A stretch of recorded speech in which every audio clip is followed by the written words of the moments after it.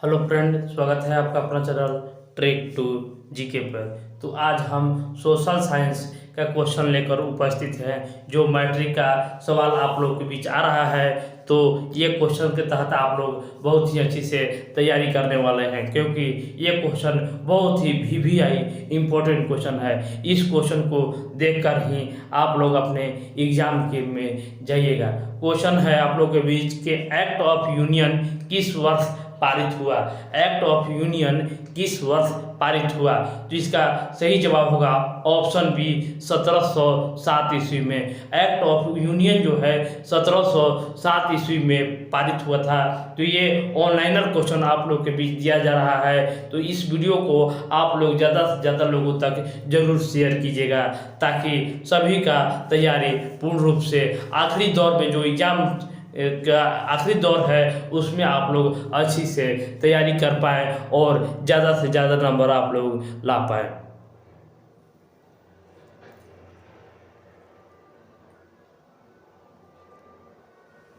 Next question है कि Sedova का युद्ध में किसकी पराजय हुई। सेडोवा के युद्ध में किसकी पराजय हुई? तो इसका सही जवाब होगा ऑप्शन सी ऑस्ट्रिया की। सेडोवा के युद्ध में ऑस्ट्रिया की पराजय हुई।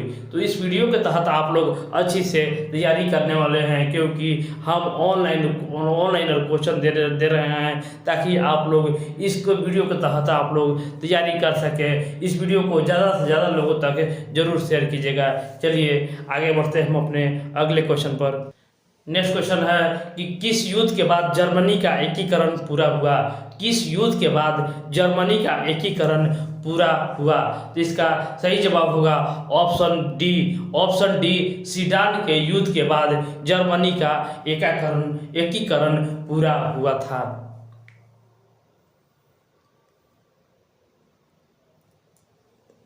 तो चौथा प्रश्न है कि साम्यवादी घोषणा पत्र के लेखक कौन थे। साम्यवादी घोषणा पत्र के लेखक कौन थे?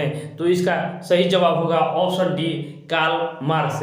साम्यवादी घोषणा पत्र के लेखक कार्ल मार्क्स थे।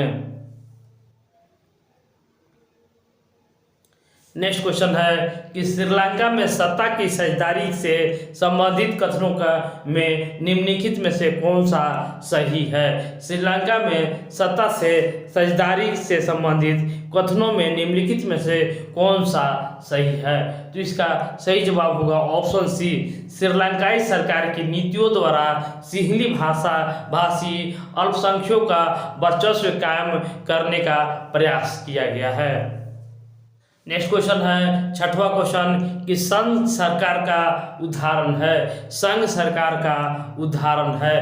तो इसका सही जवाब होगा ऑप्शन ए अमेरिका। अमेरिका संघ सरकार का उदाहरण है। तो सातवां क्वेश्चन है कि कौन संघ सरकार का विशेषता नहीं है। कौन संघ सरकार का विशेषता नहीं है? तो इसका सही जवाब होगा ऑप्शन सी इकहरी शासन व्यवस्था। इकहरी शासन व्यवस्था संघ राज्य का विशेषता नहीं है। नेक्स्ट क्वेश्चन है कि भारतीय संघ में किस राज्य का विशेष दर्जा प्राप्त था। भारतीय संघ में किस राज्य को विशेष राज्य का दर्जा प्राप्त था? तो इसका सही जवाब था ऑप्शन डी जम्मू कश्मीर। तो नौवां प्रश्न आप लोगों के बीच है कि साम्यवादी शासन का पहला प्रयोग कहाँ हुआ था। साम्यवादी शासन का पहला प्रयोग कहाँ हुआ था? तो इसका सही जवाब है ऑप्शन ए रूस में। रूस में साम्यवादी शासन का पहला प्रयोग हुआ था। 10वां प्रश्न है कि the history of the loss of Vietnam किसने लिखी। The history of the loss of Vietnam किसने लिखा? जिसका सही जवाब होगा ऑप्शन बी फान बाई चाओ। The history of loss of Vietnam फान बाई चाओ ने लिखा था। 11वां प्रश्न है कि वियतनाम में टोकन फ्री स्कूल की स्थापना कब हुई थी। वियतनाम में टोकन फ्री स्कूल की स्थापना कब हुई थी? तो इसका सही जवाब होगा 1910 ईस्वी में। 1910 ईस्वी में ऑप्शन सी इस प्रश्न का सही जवाब है। तो 12वां प्रश्न है कि तीन कठिया प्रणाली किन पर लागू थी। तीन कठिया प्रणाली किन पर लागू थी? तो ये था ऑप्शन डी, किसानों पर। तिनकटिया प्रणाली चंपारण से संबंधित था। तो तिनकटिया प्रणाली का अर्थ था कि कट्ठा में 3 भाग पर अफीम की खेती होना चाहिए और बाकी और कोई फसल उपजाने का। तो ये था तिनकटिया प्रणाली जो था किसानों पर लागू था। अगला क्वेश्चन आ रहा है कि भारतीय जनता पार्टी का मुख्य प्रेरक सिद्धांत क्या है? भारतीय जनता पार्टी का मुख्य प्रेरक सिद्धांत क्या है? तो इसका सही जवाब होगा ऑप्शन सी, सांस्कृतिक राष्ट्रवाद। भारतीय जनता पार्टी बीजेपी का मुख्य सिद्धांत है सांस्कृतिक राष्ट्रवाद। तो नेक्स्ट क्वेश्चन हम लोग देखेंगे कि इनमें से कौन सा एक राजनीतिक दलों की चुनौती नहीं है? इनमें से कौन एक राजनीतिक दलों की चुनौती नहीं है? तो इसका सही जवाब होगा सक्रिय सदस्य। सक्रिय सदस्य राजनीतिक दलों के लिए चुनौती नहीं है। 15वां क्वेश्चन आप लोगों के बीच आ रहा है कि इसका कौन निर्धारण करता है कि कौन दल क्षेत्रीय है या राष्ट्रीय है? बहुत ही इंपॉर्टेंट प्रश्न है। इसका कौन निर्धारण करता है कि कौन दल क्षेत्रीय है या राष्ट्रीय? तो इसका सही जवाब होगा ऑप्शन सी, निर्वाचन आयोग। निर्वाचन से जो भी संबंधित क्वेश्चन होगा वो उसका सही जवाब होगा निर्वाचन आयोग। 16वां प्रश्न आप लोगों के बीच है कि 1915 ईस्वी में भारत की अस्थायी सरकार का काबुल में अध्यक्ष किसे घोषित किया गया था? 1915 में भारत की अस्थायी सरकार का काबुल में अध्यक्ष किसे घोषित किया गया था? तो इसका सही जवाब होगा ऑप्शन सी, महेंद्र प्रताप को। महेंद्र प्रताप को भारत की अस्थायी सरकार का काबुल में अध्यक्ष घोषित किया गया था। तो आप हमारे चैनल को लाइक और शेयर करते रहिए। आगे बढ़ते हैं 17वां प्रश्न पर। तो 17वां प्रश्न आप लोगों के बीच है कि वल्लभ भाई पटेल को सरदार की उपाधि किस किसान आंदोलन के दौरान दी गई थी? वल्लभ भाई पटेल को सरदार की उपाधि किस किसान आंदोलन के दौरान दी गई थी? तो इसका सही जवाब होगा ऑप्शन ए, बारदोली।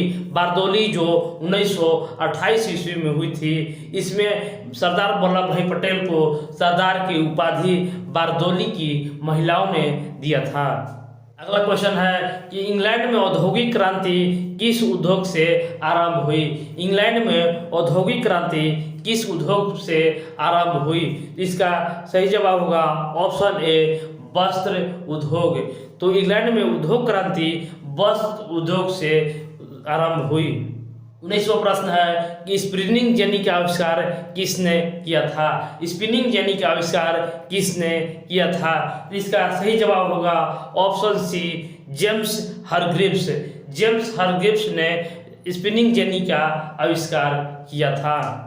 20वां प्रश्न आप लोगों के बीच है कि निम्नलिखित में से कौन औद्योगिक क्रांति का एक कारण नहीं था? निम्नलिखित में से कौन एक औद्योगिक क्रांति का कारण नहीं था? तो इसका सही जवाब होगा ऑप्शन ए, धर्म सुधार आंदोलन। धर्म सुधार आंदोलन जो था औद्योगिक क्रांति का कारण नहीं था। तो नेक्स्ट क्वेश्चन है कि पाटलिपुत्र किसके समय मगध की राजधानी बना? पाटलिपुत्र किसके समय मगध की राजधानी बना? तो इसका सही जवाब होगा ऑप्शन सी, चंद्रगुप्त मौर्य। चंद्रगुप्त मौर्य के समय पाटलिपुत्र की राजधानी मगध बनी थी।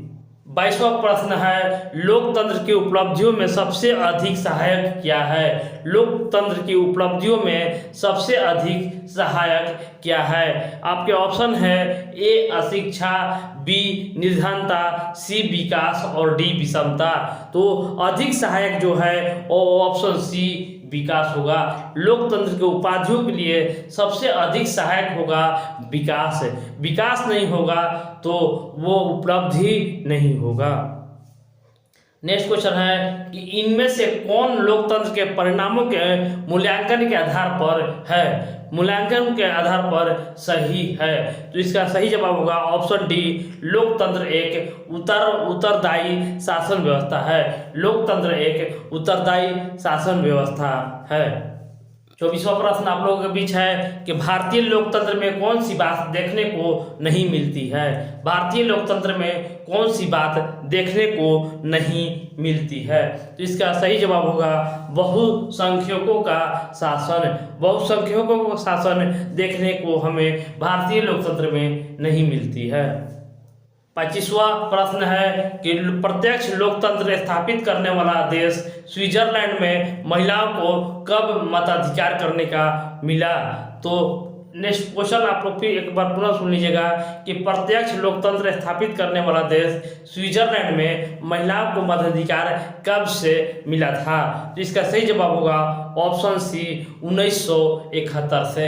1971 से स्विट्जरलैंड में प्रत्यक्ष लोकतंत्र स्थापित करने वाला देश स्विट्जरलैंड में महिलाओं को मताधिकार करने का प्रयोग। नेक्स्ट क्वेश्चन है कि मेगास्थनीज ने पाटलिपुत्र की यात्रा किसके शासन में की थी। मेगास्थनीज ने पाटलिपुत्र की यात्रा किसके शासन में की थी। तो इसका सही जवाब होगा ऑप्शन ए चंद्रगुप्त मौर्य। मेगास्थनीज चंद्रगुप्त मौर्य के समय पाटलिपुत्र की यात्रा की थी। 27वां प्रश्न है कि पास्ता सिसिली जो इटली में है किनके द्वारा ले जाया गया।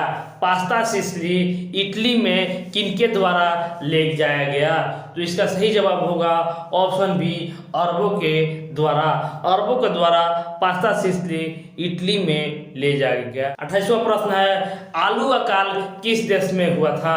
आलू अकाल किस देश में हुआ था। तो इसका सही जवाब होगा ऑप्शन बी आयरलैंड।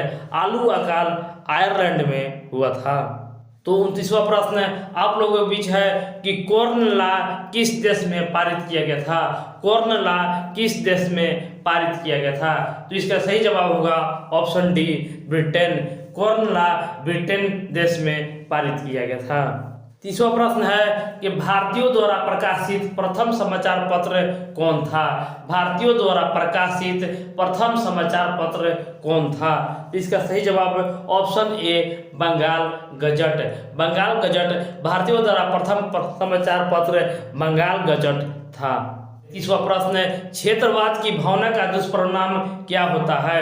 क्षेत्रवाद का भावना का दुष्परिणाम क्या होता है। तो इसका सही जवाब होगा ऑप्शन सी अलगाववाद। अलगाववाद होता है क्षेत्रवाद में भावना का दुष्परिणाम। 32वां प्रश्न आप लोगों के बीच आ रहा है कि 15वीं लोकसभा चुनाव के पूर्व लोकतंत्र में महिलाओं की भागीदारी कितनी थी।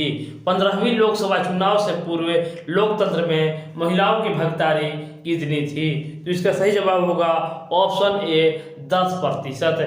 10% लोकतंत्र में महिलाओं की भागीदारी था। अगला क्वेश्चन है कि एक समाजवादी अर्थव्यवस्था में सर्वाधिक बल दिया जाता है। एक समाजवादी अर्थव्यवस्था में सर्वाधिक बल दिया जाता है। तो इसका सही जवाब होगा ऑप्शन सी लोक कल्याण पर। लोक कल्याण पर अधिक बल दिया जाता है। तो 34वां प्रश्न है कि निम्नलिखित में से कौन मिश्रित अर्थव्यवस्था की विशेषता है। निम्नलिखित में से कौन मिश्रित अर्थव्यवस्था की विशेषता है। तो इसका सही जवाब होगा ऑप्शन सी ए और बी दोनों। ए और बी दोनों। तो ए है निजी क्षेत्र और बी है सार्वजनिक क्षेत्र। तो मिश्रित अर्थव्यवस्था मतलब कि मिलाऊ अर्थव्यवस्था जो है वह निजी और सरकारी और प्राइवेट दोनों के मिश्रण से मिश्रित अर्थव्यवस्था बनता है। स्वतंत्रता प्राप्ति के बाद भारत का मुख्य आर्थिक उद्देश्य क्या है। तो इसका सही जवाब होगा उपयुक्त सभी। तो तीव्र आर्थिक विकास, उत्पादक रोजगार सृजन और निर्धनता निवारण ये तीनों जो हैं वो स्वतंत्रता प्राप्ति के बाद भारत के मुख्य आर्थिक उद्देश्य हैं। अगला क्वेश्चन है कि प्रिंटिंग प्रेस सबसे पहले भारत में पुर्तगाली धर्म प्रचारक द्वारा कब लाया गया है। प्रिंटिंग प्रेस सबसे पहले भारत में पुर्तगाली धर्म प्रचारकों द्वारा कब लाया गया। तो इसका सही जवाब होगा ऑप्शन ए 15वीं सदी में। प्रिंटिंग प्रेस 15वीं शताब्दी में धर्म प्रचार के लिए भारत लाया गया था। नेक्स्ट क्वेश्चन है कि लौह अयस्क किस संसाधन वर्ग में शामिल है। लौह अयस्क किस संसाधन वर्ग में शामिल है? तो इसका सही जवाब होगा ऑप्शन सी, अनवीनीकरण। अनवीनीकरण लौह अयस्क के संसाधन में शामिल है। तो 38वां प्रश्न है कि निम्नलिखित में से रबी फसल कौन है? निम्नलिखित में से रबी फसल कौन है? तो इसका सही जवाब होगा ऑप्शन बी, गेहूं। गेहूं रबी फसल है। धान, केला, चाय रबी फसल नहीं है, ये सब खरीफ फसल है। 39वां प्रश्न है कि सबसे गहरी खारे जल का झील कौन है? सबसे गहरी खारे जल का झील कौन है? तो इसका सही जवाब होगा ऑप्शन ए, मृत सागर। सबसे गहरी खारे जल का झील मृत सागर है। तो नेक्स्ट और लास्ट क्वेश्चन आप लोगों के बीच आ रहा है कि भारत में राष्ट्रीय आय की गणना का सर्वमान्य प्रमाणित संस्था कौन है? भारत में राष्ट्रीय आय की गणना का सर्वमान्य प्रमाणित संस्थान कौन है? तो इसका सही जवाब होगा ऑप्शन ए, केंद्रीय सांख्यिकी संगठन। केंद्रीय सांख्यिकी संगठन राष्ट्रीय आय की गणना का सर्वमान्य प्रमाणित संस्था है। तो इस वीडियो को अगर आप लोग को पसंद आए तो इस वीडियो को ज़्यादा से ज़्यादा लोगों तक जरूर शेयर कीजिएगा। धन्यवाद।